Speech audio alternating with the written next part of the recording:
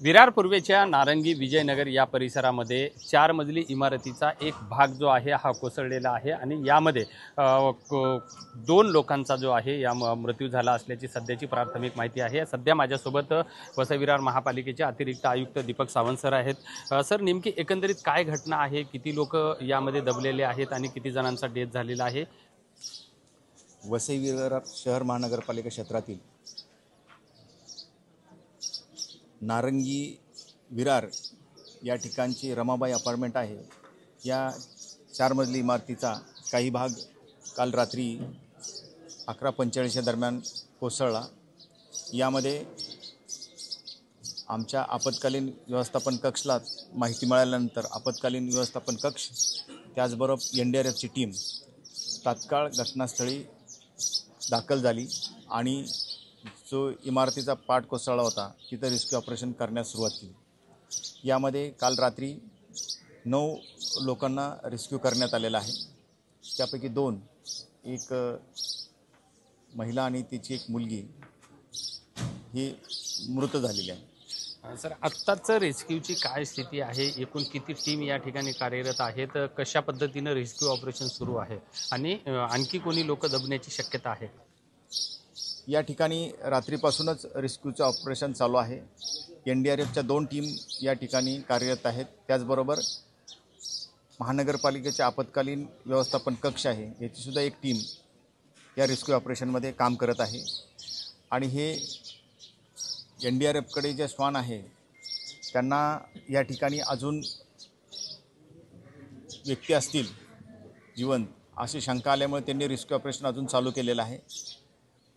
या ठिकाणी हा भाग आहे त्या ठिकाणी दाटीवरतीचा असल्यामुळे आत वाहन घेऊन जाता येत नाही, त्यामुळे हे ऑपरेशन जरा स्लो झालेलं आहे, परंतु NDRFची टीम ते काम करत आहे। सर, या इमारतीची नेमकी पार्श्वभूमी काय आहे? ह्या इमारतीमध्ये एकूण फ्लॅट किती होते आणि जो भाग कोसळलेला आहे त्या ठिकाणी किती रूम कोसळलेले आहेत आणि तिथं त्याच्यात कुटुंब किती होते?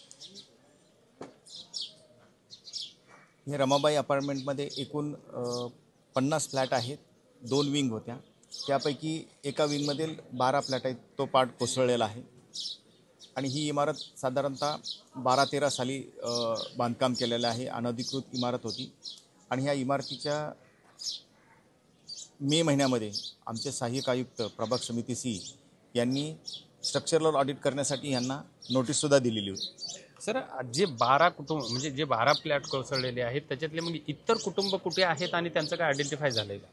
नाही, यामधील काही कुटुंब त्या कोसळत असताना बाहेर निघून गेलेले आहेत आणि जे रेस्क्यू ऑपरेशन चालू आहे त्याच्यामध्ये काही जे कोसळलेल्या भागाखाली असतील त्यांचं रेस्क्यू ऑपरेशन आपण सर्च करतो। अंदाजे किती कुटुंब असतील? मला हे अंदाज सांगता येणार नाही आपल्याला, कारण का बरीच काल 12 वाजल्यापासून जे सर्च करत आहे त्या फक्त 9च लोकांना रेस्क्यू केलेला आहे। शंका फार कमी आहे म्हणजे आतमध्ये व्यक्ती असण्याच्या, कारण बरेच व्यक्ती या 50 फ्लॅटमधले बरेच व्यक्ती ज्यावेळेस त्यांना शंका आली त्यावेळेस बाहेर निघून आले होते। निश्चितच रात्री ही दुर्घटना घडलेली आहे आणि रात्रभरमधून जवळपास 9 लोकांना रेस्क्यू केलेला आहे। यामध्ये 1 वर्षाची मुलगी आणि तिच्या आईचा 24 वर्षाच्या आईचा या दुर्घटनेमध्ये दुर्दैवी मृत्यू झालेला आहे। इतरांवर वेगवेगळ्या हॉस्पिटलमध्ये उपचार सुरू आहे आणि आत्ता NDRFच्या डॉग स्क्वॉड करून या ठिकाणी सर्चिंग ऑपरेशन सुरू आहे। काही लोक या मलब्याखाली असण्याची शक्यता सुद्धा वर्तविली जात आहे। आता हे सर्चिंग ऑपरेशन पूर्ण झाल्याच्या नंतरच नेमके लोक आणखी किती अडकलेले आहेत हे मात्र स्पष्ट होणार आहे। विजय गायकवाड, TV9 मराठी, विरार।